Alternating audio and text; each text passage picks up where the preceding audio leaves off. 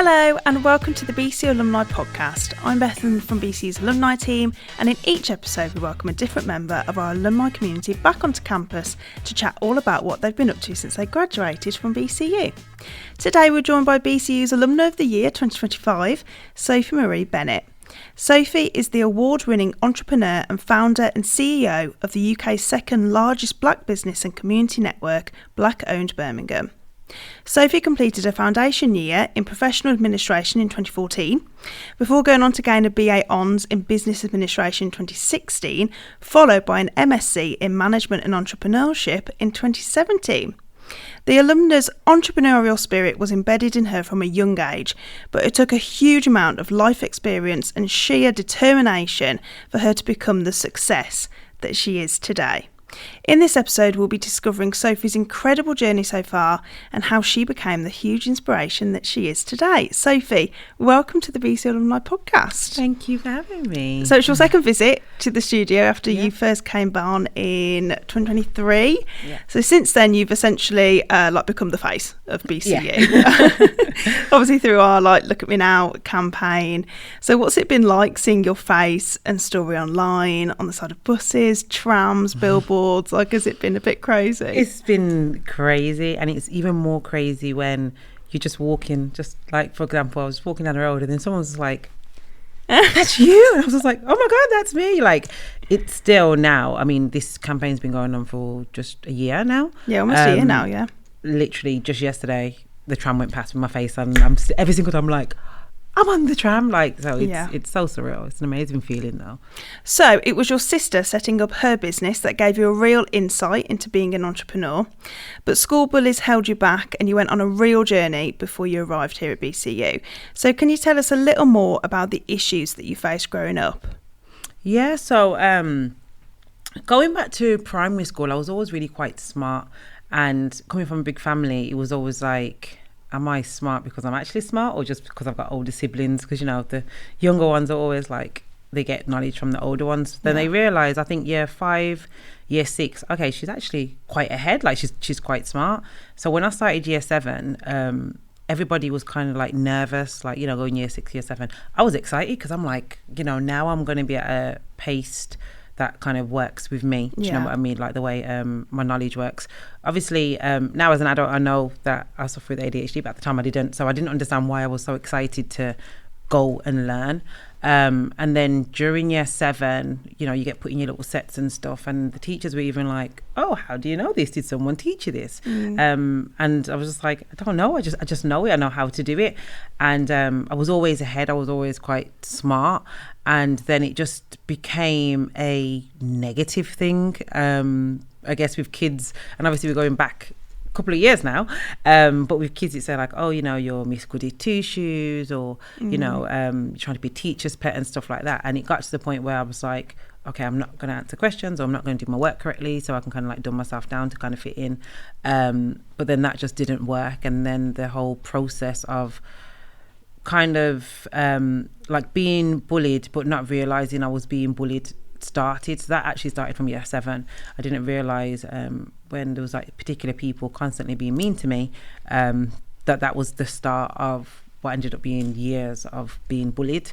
And of course, as the years went on, my education then just failed. I would skip school. In year 10, I remember a letter came home, and it was I think it was 60% or 70% was how much I'd attended. So obviously they're writing home now to find out what's going on. And I remember seeing the school stamp on the letter. So I just opened it, and then that's when I read it, and I just hid it. And I didn't know at this point the school had already called my mum and been like, we've sent you a letter home because, she's not been attending school. So my mum was kind of asking have you been going to school? And I'm like, yeah. She already knew I was lying. She already knew I hadn't been going to school. Or if I'd go to school, I would go and get my morning mark and then jump the fence. Yeah. Just go wandering on the streets and things like that. So yeah, school became a negative place for me. And then I did have a group of friends, but it's 1 minute we were friends, 1 minute we weren't friends. And it was a lot of back and forth. And I just kind of just didn't really see the point in being in a space where I was unhappy. Do you know what I mean? I was just very, very, very sad. Like when I look back to school times, I just feel very sad. There's two people that I'm still friends with to this day, but to go through 5 years of education and not have any friends left, it was just a sad time for me, unfortunately. So after school, you eventually returned to education and got an NVQ in hair and beauty, followed by an NVQ2 in beauty therapy. But you soon decided that you wanted to open your very own beauty salon, which eventually led you to BCU. So can you tell us your experience of studying both your foundation, undergraduate and postgraduate at BCU? Yeah, so crazy enough, after my NVQ2 in beauty therapy, I then went and did an apprenticeship in business administration. So during my apprenticeship, I did it at a housing association, and I was kind of looking at the next steps from that. So I applied to BCU, actually one of these campuses here, and I was declined, and I was just like, oh, okay. And they was like, oh, you don't have enough credentials to do it. You could do like a foundation degree or an access course or whatever it was. So then I started looking, and the closest one that I found that did professional administration, because at that time, although I wanted something business related, I wanted something admin related. So Google told me professional administration. It came up BCU, professional administration in Mansfield, so that's Nottinghamshire.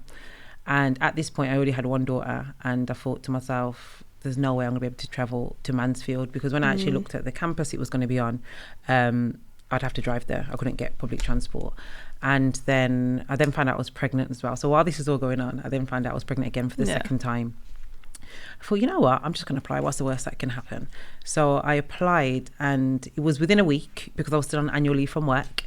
I was told, hey, come up to Mansfield. So the BCU course was taking place at a place, I don't know if it's still around now, but it was West Nottinghamshire College, Vision West Nottinghamshire.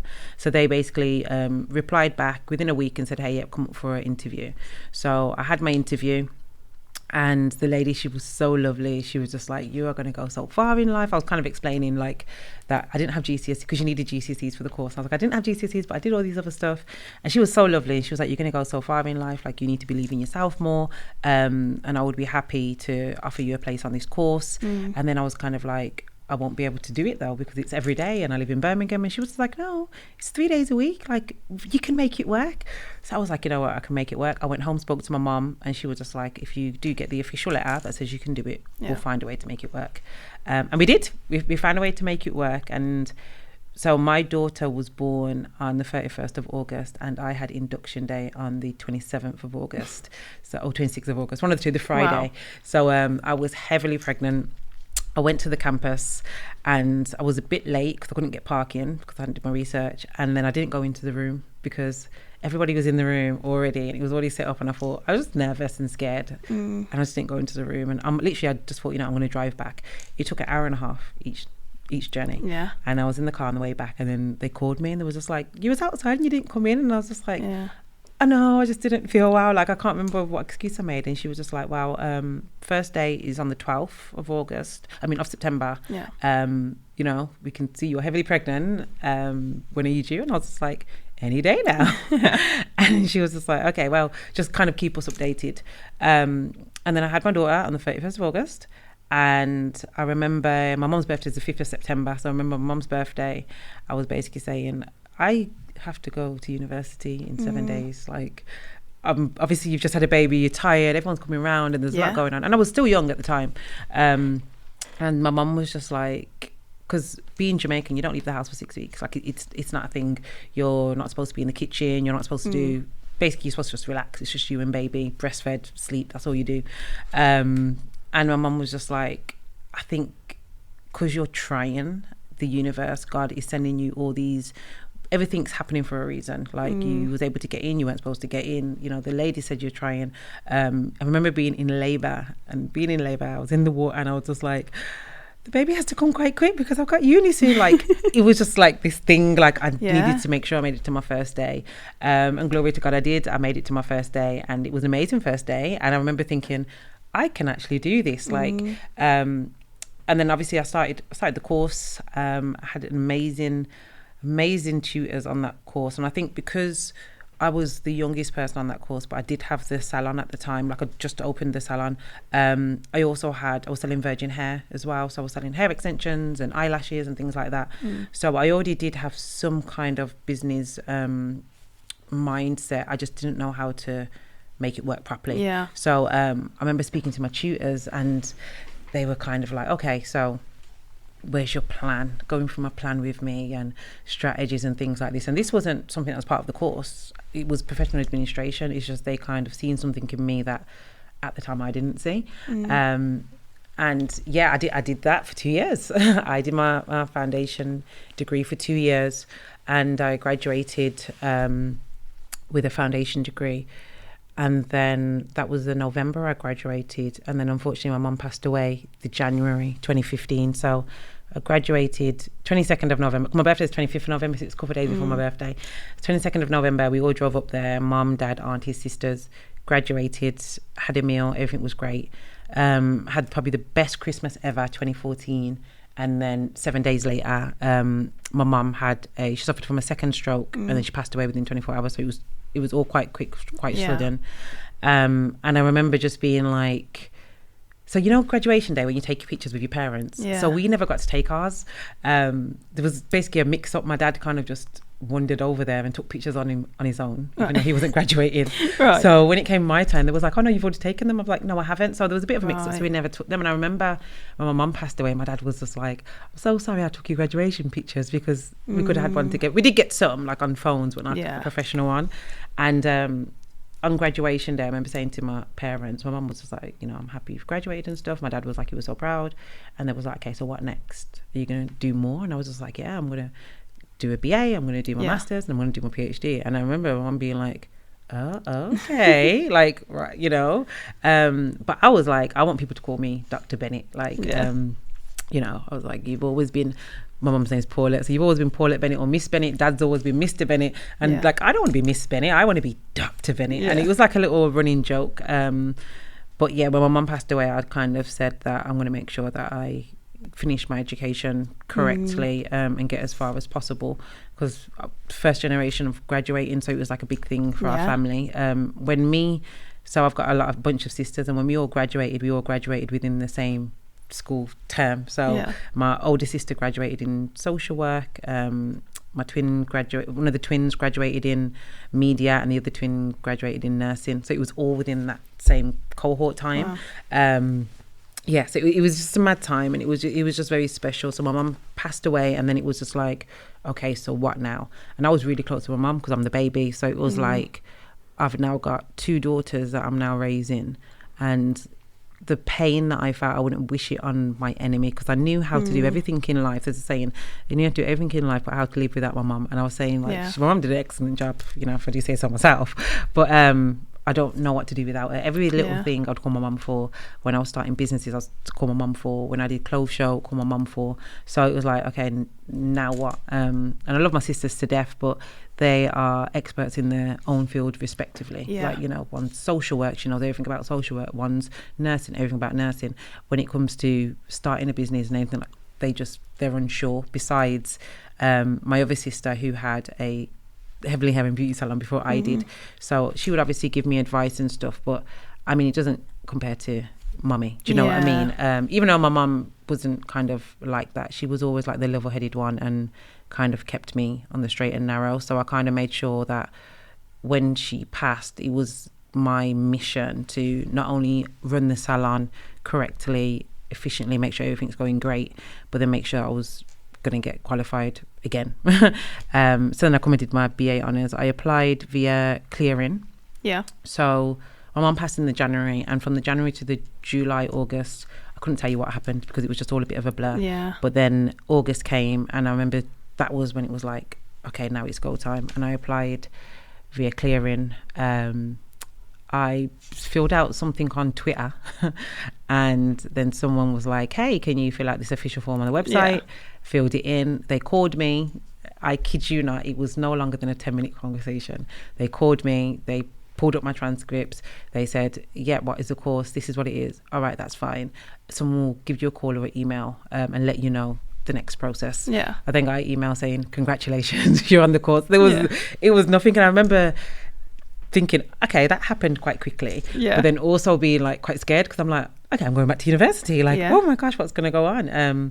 And I remember like calling the university, like, so I've just got this email, and do I need to come and take pictures? Do I need to like bring my card? And the lady was like, no, you just use your old card. It's fine. You'll re-register it when you get here. And I just remember thinking like, that was like too easy. Do you know what I mean?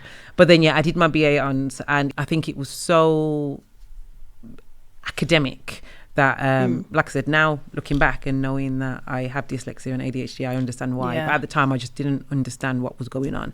And it got to almost the end of my course where one of my lecturers was like, do you think you have dyslexia? And that was because they gave a piece of paper out.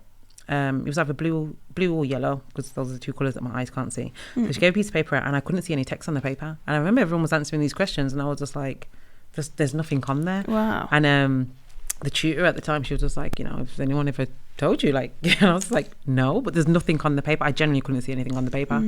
Anyway, I got checked via BCU, and there was just like, so from then I knew when I was doing my BA that I wanted to do my master's. But then when I found that out, I thought, okay, now I'm going to struggle even more, because not only I'm of two, I don't have my mum to kind of fall back on. I struggled a lot doing my BA, and now I'm trying to do my master's, but everyone just kept telling me like, this is the journey you've wanted to do. Do it. I was like, my sisters especially, they were rooting for me.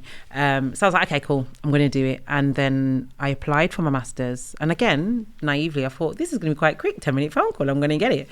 And then I didn't hear nothing back at all, and I was just like, okay, did I not get on? I didn't get like a decline or nothing. And then it was August. So I remember speaking to someone at the uni, they was just like, because it's a master's, it's like the head of the course has to sort it out or whatever. So just wait a little bit. And then September started, and then I seen on social media, it was like a post like, masters starting today or whatever it was. And I remember thinking, wait, I've not heard nothing back. So at this point, I called the university. There was like, his name's Barney. He still works here, actually. Barney, if you're watching this, you're amazing. But so they told me that someone named Barney would contact me, and this was like a Monday. And then it got to like the Wednesday or the Thursday, and I was just like, Barney hasn't contacted me. And I was proper getting onto them. And then Barney called me. He called me, and he basically was like, he's looked at my thingies, and he doesn't know if I'd be able to do the course, and yada yada yada. And I kind of just pleaded my case with him on the phone, explained what it was I was doing. I already had the salon, I already had these degrees, and this is like what I want to do. And he was just like, okay, all right then, I'll see you on Monday. And that's literally how he said it. It's so like, and I was just like, oh, okay then, see you on Monday. But then I remember Monday come, and again, I'm believing that I'm out of my depths. I did the first lesson, and I couldn't tell you what Barney said. I was looking at it thinking, what is this? There was a lot of international students on the course as well. And it was the first time that they'd ever run the Management and Entrepreneurship course, so we was the first set of people on it. But the first 3 months is with other management courses, and I remember everybody like looking around, and even though there was international students, they all understood what he was saying, and I didn't have the slightest. And I spoke to Barney after that. I think he could see on my face, and he was just like, don't worry, you'll get it. And I was like, are you sure? He's like, yeah, you'll get it. And that's why it's you have to be nice to people, because you don't know what they're going through. Because I remember going home that night and crying my eyes out thinking, why did I put myself in this position? I'm not going to get it. I just want to drop out. But then I didn't want to let Barney down, because he was so nice to me. So I didn't want to make him feel like I've let him down because he did all of this and now I'm not doing the course correctly. And during that course, my master's degree, it's the reason why I want to go do my PhD, because it was the best course I've ever taken my whole entire life till this day. Like, it was amazing. Not only the support that I got so much support specifically from Barney. Like, he was very hands-on.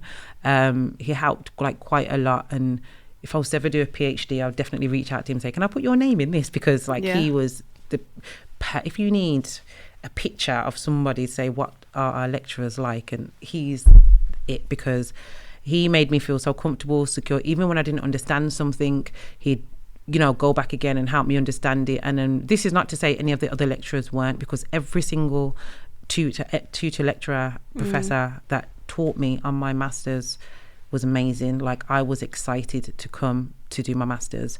Just to add, I was also pregnant again at this point. Wow.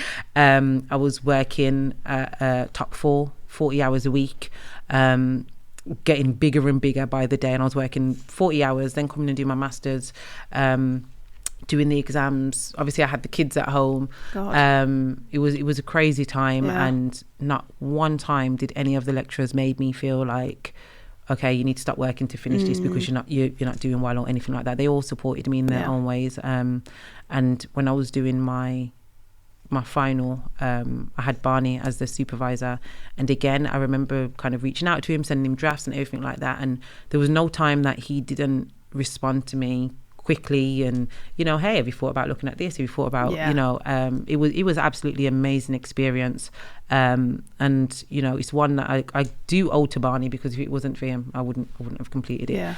And I loved my masters, and it was able to open doors for me that I never thought would be opened. I remember applying for a job. I just had a baby, and I thought, if I apply for a job now, by the time I go for the process, you know, a couple of months I can start working. And I applied for the job, and they came back and they were just like, you've got a master's?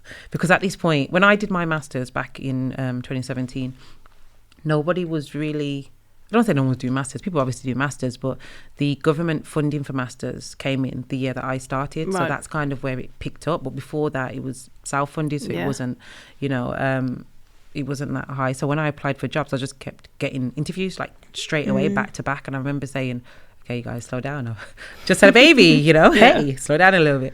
And yes, some of the organizations were like, okay, we'll keep your details on file, we'll be in contact in a couple of months. And I'd like, oh yeah, cool. And then literally a couple months later, they're like, hey, so you ready to start work yet? Like, it was so fast paced once I got my master's. Like, it definitely did add value to my life.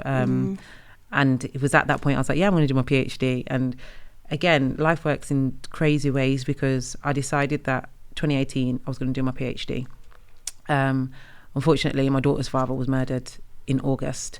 So in my head, it just kind of, my whole life was shattered at this point. Like, we are going to get married, everything's going to be great. And then he was murdered. And when he was murdered again, it was another death that came very suddenly, very instantly. And I'm now having to navigate that again. With my mum, it was 2 children, but now it's 3 children. And my daughter at that point was 8 months. So it was now navigating this new life of, you know, being a single mom and all that jazz. And I remember saying, okay, cool, I'll do my PhD next year, 2019, in the fall. I just need to kind of grieve and kind of get through this process. And then that year was just difficult. So I said, okay, 2019 came and I was like, okay, I'm definitely going to do it. January 2020, started the application, got all the paperwork together. January 2020, I was like, no, actually, September 2020. And then COVID happened. And I kid you not, from COVID until today's date, I keep saying to myself, I'm going to do my PhD. I'm going to put in the application. I'm going to apply. I'm going to do it. And every year something has happened that's delayed me. But I was literally speaking to my friend yesterday, and I was just like, oh my goodness, if I do it now, I'm going to be like in my 40s by the time I get it. And she was like, you're going to be in your 40s anyway, so why not do it? But that's the kind of the crazy educational journey the roller that I've been on. So during your masters then, you were able to focus on like areas of business that you felt applied to you and the Black community, doing your thesis on Black female entrepreneurship and why it's hard for Black people to get into business. So after completing your studies, you worked as a freelance business consultant before being inspired to start Owned Birmingham. So can you tell me what inspired you to set it up? So in the most positive way of saying it, the COVID happened and the Black community were the community that was hit the most, not because of COVID, but because of the George Floyd incident that happened in America, which happened in the May. It really kicked off the beginning of June, and it was in that week that was when the Black community all around the world kind of realized, hey, we've not been getting treated fairly since slavery, and it's been kind of covered since, but now it's quite prominent, and with everything that's going on, we need help. And that week was a week of Black people asking companies for help. We need help. Look, 2 weeks, it was like, we need help. How are you going to support us? We need help. And companies all over the world were saying, we're going to help Black people. We're specifically going to help Black people and all this kind of stuff. Just to fill out this form, just apply. And I myself was applying. and I wasn't hearing anything back, or I wasn't getting anything. And, you know, companies were putting their numbers, like, we have this much black people and stuff all over social media. It was like a really big thing. And I remember sitting there and thinking, I'd applied for about 15 different things, and like 2 got back to me. And I thought, hold on a second, something's not right here. So I reached out to a friend who's also an entrepreneur, and she says, hey, I've not heard anything back either. Let me ask my sister, because her sister's also an entrepreneur. And she reached out. She was like, well, I've applied for a few bank ones. They said they can get back to me in 48 hours. Nothing. So I said, okay, I'm going to go onto Facebook. We're going to make a little group of all of us, so we can all have a little chinwag about it. And she was just like, yeah, sure. And this was like a couple of days before I actually made the group. And then I was speaking to her a couple of days after that, and I was just like, I've not heard nothing back. Like, this is actually getting ridiculous now. Seriously, like, who do we even complain to? Because all these initiatives were so new, there was no one to even reach out to complain to that, you know, we've not heard anything back. So I was like, you know what, I'm going to make this Facebook group. So I made a Facebook group, which ultimately was supposed to just be black entrepreneurs that I knew and that knew me, and us kind of just having a bit of a chinwag, moaning and saying, hey, no one's supporting us, like, let's support each other instead. And what then happened was I made the group. I even made it private, right? So I made the group. I made this private group and sent it to my friends. And I was like, hey, everyone jump in here. Let's have a little bit of a chinwag. And went about my day. 2 hours later, 3,000 people. It just kind of snowballed. And I was like, hold on a minute, what's going on? And then actually, when I've obviously checked my chats and WhatsApp and all this stuff, because it was COVID as well, we was at home and I've got 3 kids, so I was busy, I was running around. So yeah, I remember jumping in the chat on WhatsApp with my best friend, co-founder of the group, and she was just like, she was messaging me non-stop, have you not checked the group, have you not checked the group? And I was just like, oh my gosh, what's going on? And ultimately it snowballed 1, 3, 5, 7,000 within the space of 24 hours. And it was the community. That's the only way I can say, because at that point it wasn't just the black community, it was the whole Birmingham community. It was allies, it was everybody basically saying, we are here to support black businesses. How do you need us to show up? Whether there was black, white, Asian, they didn't care. It was like, how do you need us to show up for you in regards to your business? And then we had like kind of gardeners, for example. Hey, I'm a gardener, here's some pictures of my work. And then you, again, black, white, Asian, everybody was coming in, I need a gardener, can you come tomorrow, can you come, you know, hairdressers. It was every single area you could think of. I was saying to my friend, like, I didn't even know there was that much black owned businesses within Birmingham, because it just snowballed. And then as we kind of like niched it down a bit, we've said that the group is specifically for black owned businesses to post, but it's open to all, so all can kind of support us. And we did have some pushback from that. We did have a lot of pushback from that. Me specifically, because like I said, when I made the group, I made it with like my personal Facebook and everything, because it wasn't supposed to be so big. So of course now people have found their way to my personal Facebook, and you know, we got some horrible messages, I got threats. But you know, I take these things with a dash of salt, because I thought, if you're going to go out of the way to do all of this, then it must mean I'm doing something right and I'm on the right path. And then the group grew, and then this is well when Eat Out to Help Out, Eat Out, something like that came out that summer. And I kid you not, nobody didn't know how to apply for it. So we had all these restaurants, I didn't know how to even be part of this this initiative. And me, with the business consultant head that I've got, I was just like, okay, there's all these black businesses, you guys can all do it, you can kind of get some money in. And I remember just making like a document in my notes, how to do it with the links, and going down as many food, I put food in the search, as many food businesses I could find, and copying and pasting it to them. And there's so much of them came back and was just like, oh my gosh, thank you so much, because you know, a lot of them, so the thing with the black community, especially when it comes to entrepreneurship, a lot of them have been forced into it. So it's like forced or fell, you know. And some obviously are successful, some are not successful, but those that then continue on, some continue on because it's their only form of income. So they didn't plan on being a chef or having a restaurant or anything like that, but it's now making them an income, so they're going to do it. And that's not necessarily a negative, because they know how to do the hands-on work, but they don't know how to do the basics, the planning, the business accounts, you know, all that kind of stuff. And what ended up happening was a lot of them that I realised when I was doing my research and kind of gathering numbers for our insight was a lot of them didn't have the basics. You know, I did so many call outs where there was like, hey, I'm still not getting funding, because the whole reason for the group was about funding, right? So it was like, hey, I'm still not getting funding, I'm being declined by all these banks, why? And it was basically like, okay, so let's have a look at your application. And they don't have a business account. Okay, so you don't have a business account. Have you been using a personal account? Are you sole trader? Are you registered? Stuff like that. And I remember a lady I was speaking to, and I always use her as my example, because she had her business for 25 years within the community. She'd been serving the community. Everyone loved her. She got her family on to help. She was paying them a wage. But nothing was ever official on paper. So it was just a registered business. And I had to walk down, basically, you've now got to start from scratch with her. And I remember her crying and being like I can't do that. But I was just like, no, you don't have to close the business, but we need to kind of go back and do the basics. So we did a business plan with her, and I remember her being so confused. She didn't understand any of it. But then once we did the business plan, we was able to take it to the bank, and I myself personally went to the bank with her.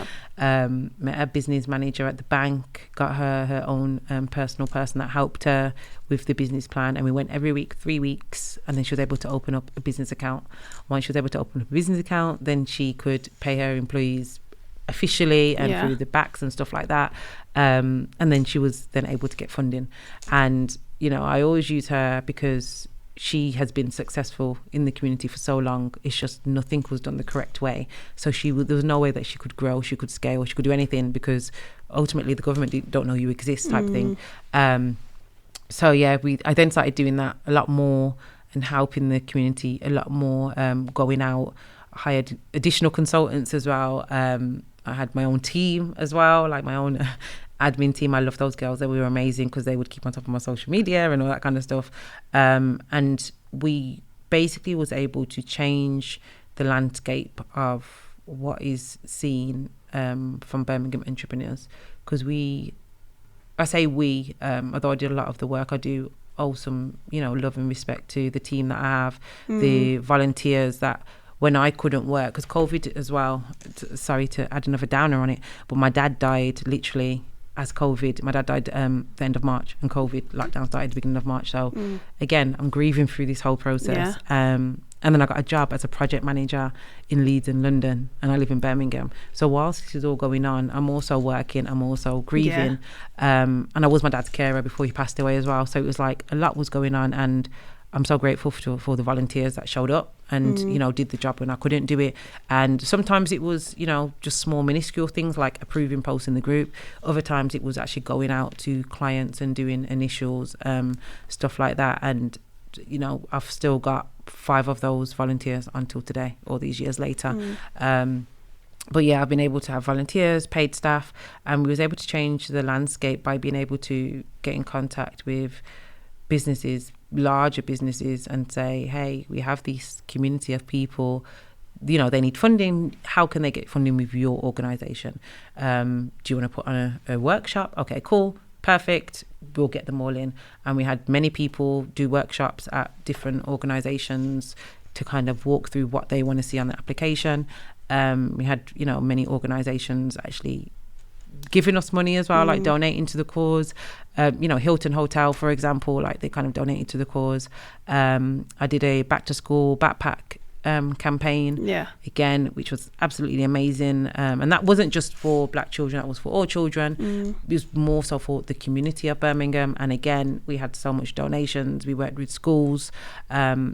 I'm a school governor, so I was working with schools a lot more, especially on diversity, equity and inclusion. And we was able to kind of show everybody that, yes, Black businesses are here, but not all of them are failing, and not all of them are not in the correct way. Not saying that wasn't the case before, but we kind of helped push it to the forefront. And for it not just to be a tick box, like, okay, yep, we've got 10 employees, 2 of them are black, 1's Asian, that's fine. It's like, no, what actually are you doing for these employees? So we did go in at some point, I think it was 2022 or 2021, where I was doing diversity training as well, just to help a few organisations that I was already, you know, like friends with and stuff, and said, hey, I do see a gap in your market here, or, you know, you've posted quite a few team pictures and there's no one there that's black or anything like that. So yeah, not only was Black Owned Birmingham able to turn over 6-7 figures for black businesses within the community, it was also able to change my life as well, because you know, like I said, me myself, I'm a black person, I'm, you know, born and raised in Smethwick. Don't live there now, but obviously it's heavily black Jamaican community, and I didn't know there was so much black businesses. So grace has to be given, because it's not out there and prominent, and for me to be in the know and still not know, the platform was amazing. It was just the big mirror that was needed, even for myself, and it's still running till today. It's still very on the way here in the cab, I checked in the group and there was just like 400 posts ready to be posted. So it's still, you know, quite active and prevalent. So yeah, it's this job. So your inspirational story and the support that you now provide others hasn't gone unnoticed, and you've obviously won several awards, including Certificate of Recognition from the British Citizen Award, and early this year you were named BCU's Alumna of the Year. So what was it like when you made your acceptance speech at graduation? I was crying. So I wrote the speech about 15 times over. So when I spoke to yourself actually, and you was just like, yeah, you know, you'll be able to make a speech, I remember my heart dropped, because I am so comfortable talking on podcasts. I can talk for England, I can talk for family, friends. Even when I'm in schools and I'm doing speeches, talk great. When I'm teaching, great. When it comes to me standing there and giving a speech, my goodness, you would think that I've never gone to any kind of school ever, because I just feel like my words I'm talking over myself, I'm forgetting stuff, I'm not doing things correctly, and this is not just with the graduation. Like when we held the Black Owned Birmingham Awards, it was the same. Like when I watched that speech back, the first thing I'm like hi guys, like, because I'm so nervous, and it's weird because I've worked and spoke many times before, but I was so nervous. And I remember saying to myself, I'm just going to imagine everyone's naked, and then the registrar, I think that's her official role, when she took me through like a little, this is what you got to do, when you got to stand and stuff, I remember there was no one obviously sitting there, and I remember turning around and being like, oh my God, okay, so I'm going to look at this point. There was like a specific light that was flickering. I'm going to look there, just concentrate there, or imagine everyone naked. That's all that was going on in my head. So then when the time came, I remember the guy that was reading his about me, and I remember thinking, oh my God, this sounds like an amazing person. And I was like, oh my God, it's me. Like if you watch the video back, you can literally see me at one point, like, because that's in my head, I realized, oh my gosh, she's talking about me. And then when it was time for me to actually do my speech, all these emotions just kind of took over. Like I'm quite good with holding back emotions, and they just kind of took over, and I kept welling up, and I was just like, oh my God, I need to get it together. I think at one point I even said that I need to get it together, because the words that was on the iPad, because I couldn't print it, that morning was so crazy. My phone broke. It was just crazy. There's a lot going on. Yeah. But I just remember looking at the words on the iPad and just being like, just get to the end of the line, And then in my head, I'm like, no, you need to look up, because now your head's down. And then I didn't want to put my head down too much for the cap to fall off. And then there was so much going on in my head that just automatically my body just continued to read. Like it just, the natural thing was just keep reading. And then again, it clicked. Oh my God, you're reading in front of all these people. So I was like, okay, imagine everyone naked. But then I couldn't actually see faces. I could just see, obviously the lights are on me because of the hats and the gowns. So I'm just like, okay, look at the dark. But then I couldn't see the dark because my eyes were watering, and I had my contacts in. So I was like, okay, just get to the end. And I'm sure I missed out about a paragraph or two. But I remember when I got to the end of it, just feeling like, that was so nice. Like, that was so amazing.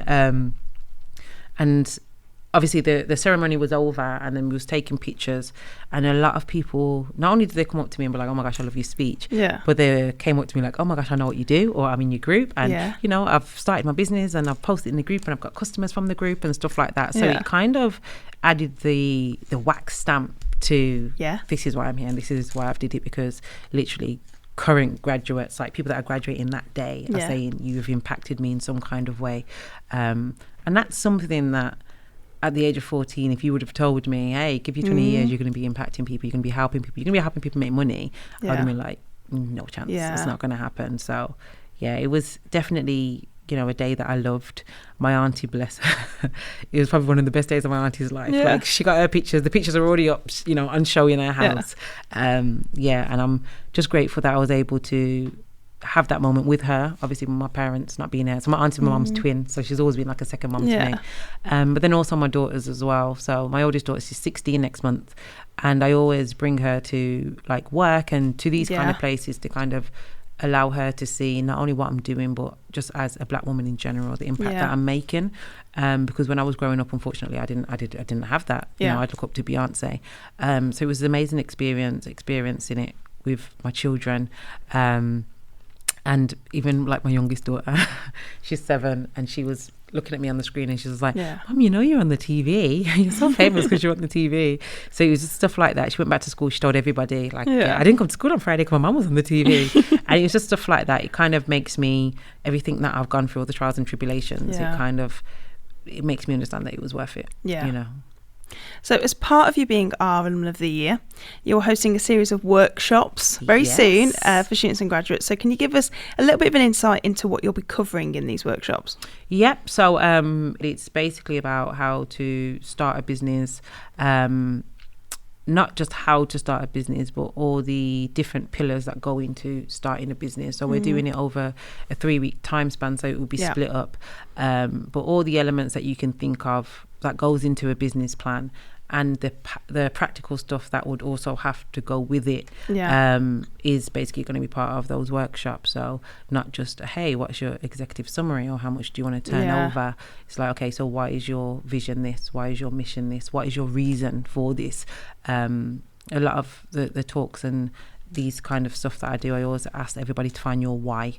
And that sounds so cliche, but if you don't have a significant why outside of making money, the business ultimately is going to fail. I always say something that says make it make sense. If it doesn't make sense, then there's no point in doing it. And it's basically just going through all those different pillars, all those different elements to make it make sense. So when you do take that leap, because starting a business is not easy. I know it seems easier since COVID and everyone was kind of, but it's not. And it's basically making it make sense for those who want to start a business, or who have got the idea and they want to do it, but they don't want to take that leap or step because they know it's going to be hard. And you know, it's a big donut, and it's basically just breaking off all the little sprinkles and making it small and edible. Sophie, thanks so much for coming on to the BCU Alumni podcast today. It's been so inspiring to learn even more about your journey. I feel like every time we meet, I find out even more about you. And obviously can't wait to see you again very soon. And thank you for listening. You can check out more episodes of the BCU Alumni podcast on our YouTube channel.